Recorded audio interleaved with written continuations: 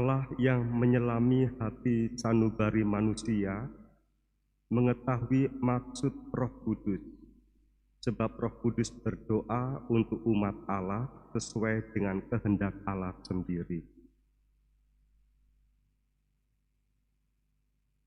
Dalam nama Bapa dan Putra dan Roh Kudus.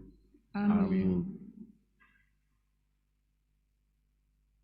Semoga rahmat Tuhan kita Yesus Kristus, cinta kasih Allah, dan persekutuan Roh Kudus bersamamu. Dan bersama rohmu. Para suster, brother, ibu bapak, saudari-saudara, anak-anakku yang dikasihi Kristus, kita semua diajak untuk mencintai Allah melebihi segala-galanya. Meskipun Tuhan Yesus mengingatkan, pintu masuk surga sangatlah sempit. Namun dalam kesempitan itu kita lebih mengutamakan mencintai Allah daripada surganya. Semoga cinta ini yang bisa mengantar kita untuk bisa bertemu Allah lewat pintu yang sangat sempit itu. Saudara-saudari, marilah mengakui dosa-dosa kita supaya kita layak merayakan misteri suci ini.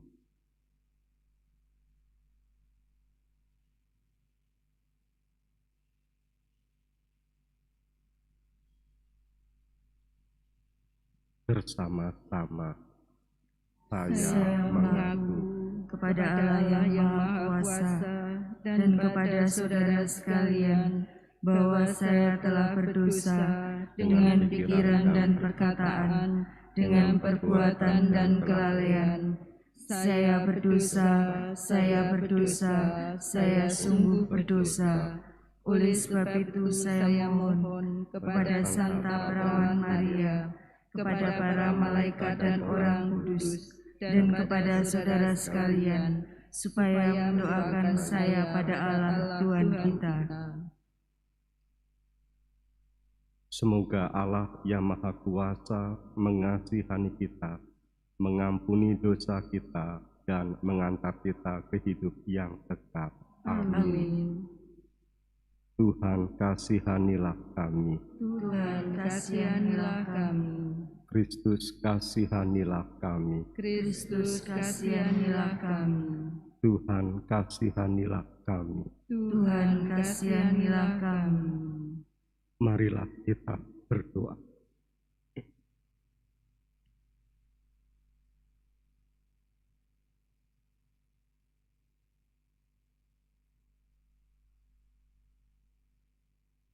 Allah Bapa kami yang Maha Kudus, dengan kekuatan kami sendiri, kami tidak akan mampu menghadap Engkau.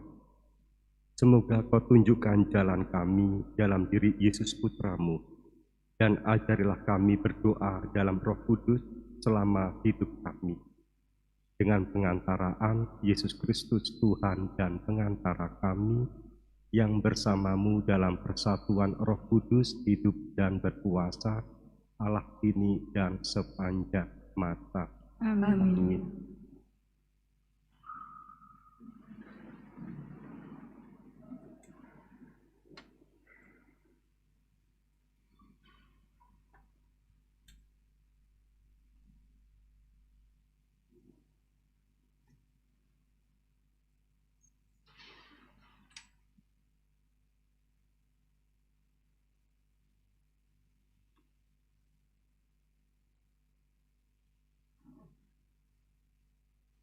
Bacaan dari surat Rasul Paulus kepada jemaat di Roma. Saudara-saudara, Roh membantu kita dalam kelemahan kita. Sebab kita tidak tahu bagaimana sebenarnya harus berdoa. Tetapi Roh sendiri berdoa untuk kita kepada Allah dengan keluhan-keluhan yang tidak terucapkan. Dan Allah yang menyelami hati nurani mengetahui maksud roh itu, yaitu bahwa ia sesuai dengan kehendak Allah berdoa untuk orang-orang kudus. Kita tahu sekarang bahwa Allah turut bekerja dalam segala sesuatu untuk mendatangkan kebaikan bagi mereka yang mengasihi Dia, yaitu bagi mereka yang terpanggil sesuai dengan rencana Allah. Sebab semua orang yang dipilih Allah sejak semula, mereka itu juga ditentukan sejak semula untuk menjadi serupa dengan gambaran anaknya, supaya anaknya itu menjadi yang sulung di antara banyak saudara. Dan mereka yang ditentukan Allah dari semula, mereka itu juga dipanggilnya. Dan yang dipanggilnya, mereka itu juga dibenarkannya. Dan yang dibenarkannya, mereka itu juga dimuliakannya. Demikianlah sabda Tuhan. Syukur pada Allah. Aku percaya akan kasih setiamu, ya Tuhan. Aku percaya akan kasih setiamu, ya Tuhan. Pandanglah kiranya, jawablah aku, ya Tuhan, Allahku. Buatlah mataku bercahaya, supaya jangan aku tertidur dan mati. Supaya musuhku jangan berkata, aku telah mengalahkan dia, dan lawan-lawanku bersorak-sorak apabila aku goyah. Aku percaya akan kasih setiamu, ya Tuhan. Tetapi aku, kepada kasih setiamu aku percaya. Hatiku bersorak-sorak karena penyelamatanmu. Aku mau menyanyi untuk Tuhan, karena Ia telah berbuat baik kepadaku. Aku percaya akan kasih setiamu, ya Tuhan. Haleluya, haleluya, haleluya, haleluya.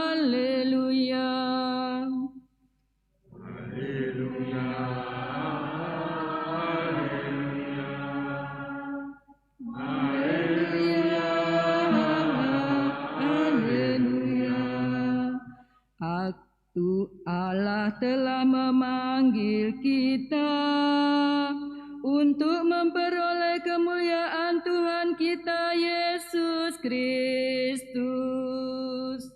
Haleluya, haleluya, haleluya, haleluya.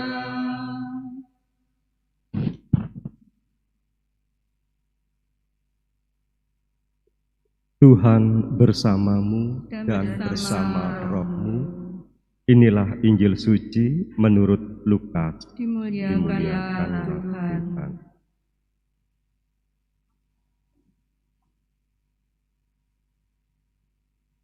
Dalam perjalanannya ke Yerusalem, Yesus berkeliling dari kota ke kota dan dari desa ke desa sambil mengajak. Maka bertanyalah orang kepadanya, Tuhan, sedikit sajakah orang yang diselamatkan? Jawab Yesus kepada orang-orang di situ, berusahalah masuk melalui pintu yang sempit itu. Sebab aku berkata kepadamu, banyak orang akan berusaha untuk masuk tetapi tidak akan dapat. Jika tuan rumah telah bangkit dan menutup pintu, kalian akan berdiri di luar dan mengetuk-ngetuk pintu sambil berkata, Tuan, bukakan pintu bagi kami. Tetapi dia akan berkata, aku tidak tahu dari mana kalian datang. Maka kalian akan berkata, Kami telah makan dan minum di hadapan-Mu, dan Engkau telah mengajar di jalan-jalan kota kami. Tetapi ia akan berkata, Aku tidak tahu dari mana kalian datang, enyalah dari hadapanku. Hai kalian semua yang melakukan kejahatan, di sanalah akan terdapat ratap dan kertak gigi. Apabila kalian melihat Abraham dan Ishak dan Yakub dan semua nabi ada di dalam kerajaan Allah, tetapi kalian sendiri dicampakkan keluar. Dan orang akan datang dari timur dan barat, dari utara dan selatan, dan mereka akan duduk makan di dalam kerajaan Allah. Ingatlah, ada orang terakhir yang akan menjadi terdahulu, dan ada orang terdahulu yang akan menjadi yang terakhir.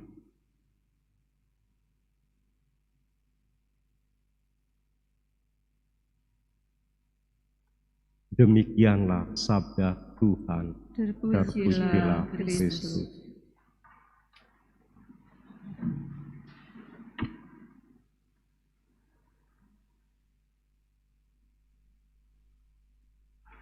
Para suster, frater, ibu bapak, saudari-saudara, anak-anakku yang dikasihi Kristus, mari bersama-sama kita mencintai Tuhan di atas segala-galanya.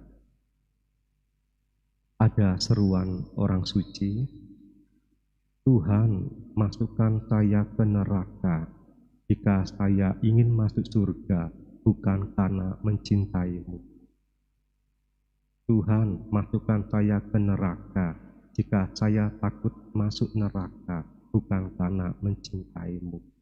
Cinta, berbuat baik masih kurang, harus mencintai. Sama halnya ketika kita anak-anak, orang tua menasihati kita, ayo belajar yang rajin. Kalau nilainya bagus, ibu ajak ke pasar. Tentu dapat sesuatu di pasar. Lalu kita belajar dengan rajin, nilai bagus dan kita ke pasar. Dua-duanya dapat. Ya benar. Tapi bukan itu menjadi tekanan. Tekanan kita kan kesadaran. Waktu anak-anak kita nggak sadar. Dua-duanya kita lakukan, belajar rajin, dapat nilai bagus, akhirnya dapat hadiah ke pasar. Yang lain nggak kita pedulikan. Tanpa kesadaran. Kita kan sekarang sudah tidak anak-anak. Kalau hanya sekadar masuk surga, menghindari neraka, itu persis kayak hadiah dan hukum.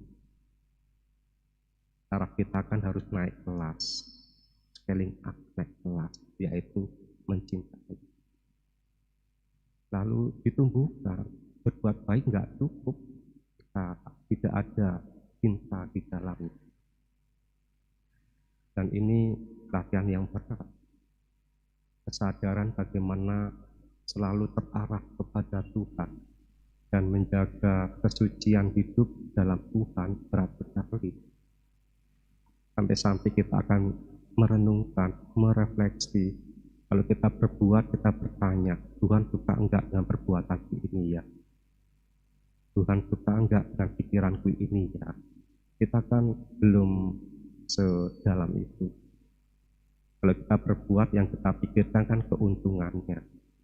Kalau membawa keuntungan, besok kita ulang lagi. Kalau membawa celaan, ya, membawa kecemasan, yo ngapain diulang? Itu dalam fisiologi namanya hukum pertukaran. Karena menguntungkan, besok kita ulang. Hari ini kita diajarkan untuk naik kelas. Berbuat baik saja tidak cukup, ya. Terus sungguh-sungguh mencintai. Kita sudah mendengarkan bagaimana orang berseru-seru, ya. Tuhan, kami pernah ke meja dengan Dikau, mendengarkan ajaran-Mu, tidak cukup. Yang membuat kita bisa bersatu dengan Tuhan, ya, bukan karena surga atau neraka, ya, karena kita mencintai. Seperti laron lah. Laron itu kodratnya mencari cahaya. Kalau sudah ketemu cahaya, sayapnya patah dan dia mati. Demikian juga kita mencari Tuhan. Kalau sudah ketemu Tuhan, aku mati tapi Tuhan yang hidup, Roh Kudus yang hidup. Apanya yang mati? Ya daya-daya kita, keinginan, pikiran, nafsu mati. Hanya Allah yang hidup. Itu teologinya Paulus. Mari kita belajar ke arah sana. Dan semoga orang-orang itu ya seperti Laron yang mencari cahaya, nanti pada saatnya dia akan menemukan bukan aku yang mencari, tapi Tuhan yang menangkap. Bukan aku yang mengerti, tapi Tuhan yang mampu mengertikan. Maka orang-orang ini punya berpikiran religius. Yang pertama-tama percaya, lalu melakukannya, baru terakhir mengerti. Bukan seperti cara kerja sains, mengerti dulu, baru percaya, baru melakukan. Ini kebalik. Percaya dahulu, melakukan, mengertinya terakhir. Karena Allah yang memampukan kita mengerti apa yang kita lakukan. Oh maknanya demikian, oh hikmatnya demikian.